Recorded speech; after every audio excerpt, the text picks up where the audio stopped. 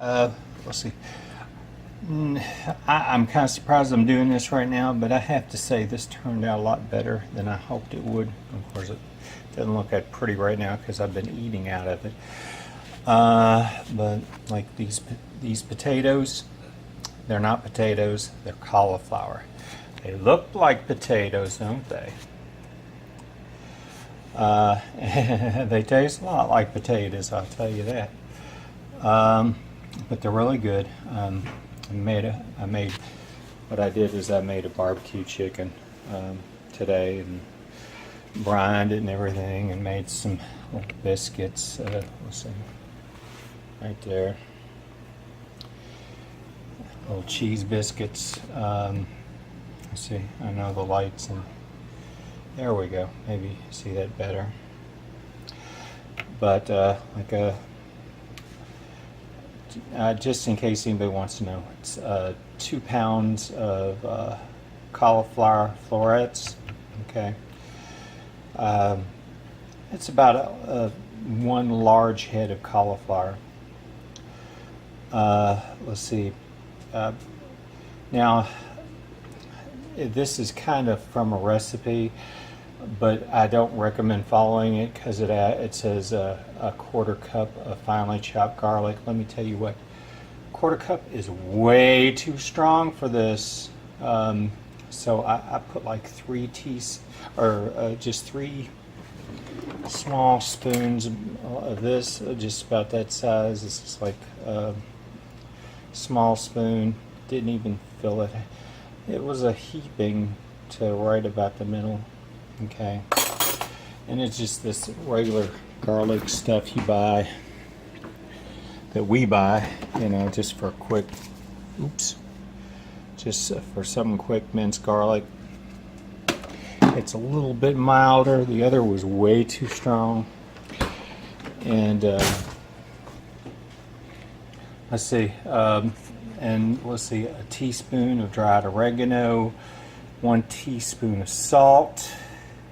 Well, actually, I would put a little bit more, maybe about closer to 2 teaspoons if it was me.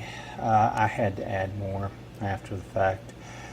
1 cup of grated, I'm not sure if I'm going to pronounce this right, pecorino, I'll just spell it. Pecorino Romano cheese. Okay, it's a hard cheese, and you have to grate it.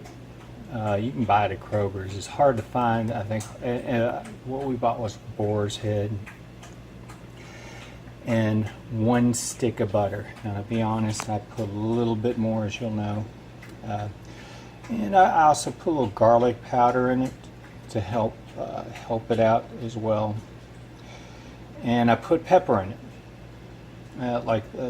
All those little things are just not part of the recipe. But let me go ahead, and you'll be surprised where the recipe come from. It actually asks for potatoes. Let me see if I can get that to zero in. Get out of the way. There we go. And you can see it right there. And this is from a Buca di Beppo cookbook. We used to love to go to Buca di Beppo. Okay, that was our favorite restaurant. We went there for our anniversary,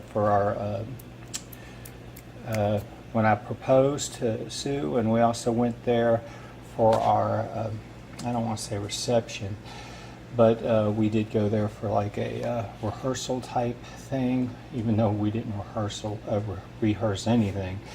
But the night before the wedding, we went there and had people come. And so, the potatoes were one of our favorite things, but it's delicious.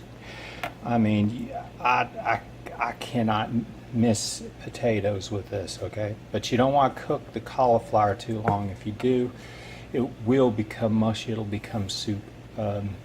Steam between 12 and 15 minutes. Check. You want the fork to be able to go in, but you don't want it to be like go in, slide in and out too easy.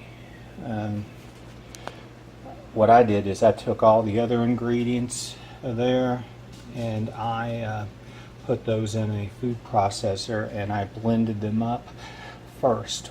The butter, the cheese, the salt, the oregano, pepper, all that. I made it into a kind of a paste, which was actually kind of tasty. The garlic, all that. And then what I did is I took it all out, put the cauliflower in, and then I started layering the stuff I mixed with in between layers of the cauliflower, and then mixed it all together so it didn't get overly mixed. I mean, I want it mixed and done, but I didn't want it soupy. I do not like soupy mashed potatoes, but these were awesome. I had to stop and make this video. It was so good. Could not believe it.